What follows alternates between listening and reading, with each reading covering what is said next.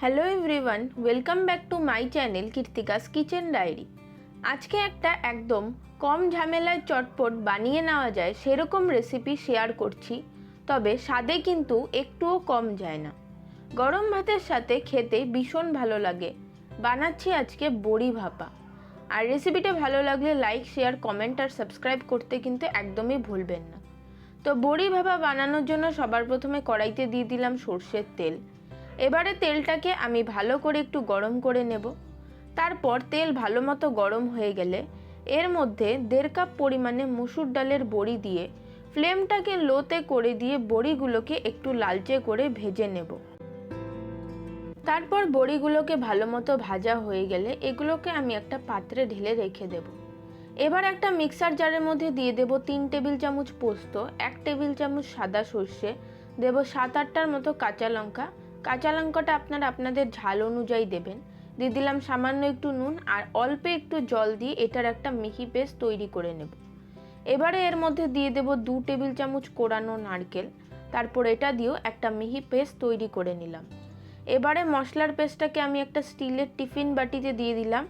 এর সাথে দিয়ে দিলাম সামান্য একটু জল, দিলাম 1/4 চা চামচ হলুদ গুঁড়ো, দেব স্বাদ মতো নুন, দেব 1/4 চা চামচ কালো জিরে। তারপর এই সমস্ত কিছুকে খুব ভালো করে মিশিয়ে নেব। এবারে এর মধ্যে আগে থেকে ভেজে তুলে রাখা বড়িগুলোকে দিয়ে দেব।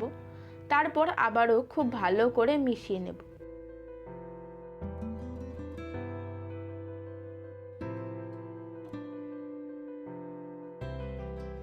মিশিয়ে নেওয়ার পর এবারে এর মধ্যে পনিরের একটা ছোট কিউবকে এইভাবে গ্রেট করে এটার মধ্যে দিয়ে দেব।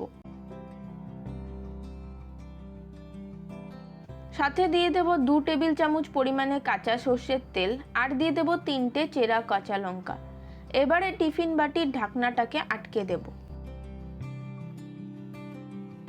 অপরদিকে একটা কড়াইতে বেশ কিছুটা পরিমাণে জল দিয়ে তার মধ্যে একটা খাবার রাখা স্ট্যান্ড দিয়ে সেটাকে গরম হতে বসিয়ে দিয়েছি।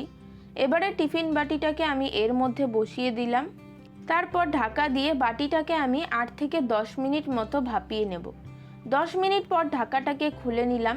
এবারে ফ্লেমটাকে বন্ধ করে বড়ি ভাপার বাটিটাকে আমি কড়াই থেকে সাবধানে বের করে নিলাম।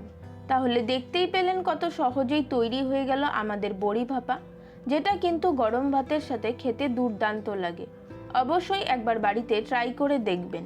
তাহলে আমার আজকের এই রেসিপিটা আপনাদের কাছে কেমন লাগলো অবশ্যই কমেন্ট করে জানাবেন। ভালো লাগলে আপনারা অবশ্যই একবার বাড়িতে ট্রাই করে দেখতে পারেন। আশা করছি আপনাদের সকলেরই খুব ভালো লাগবে।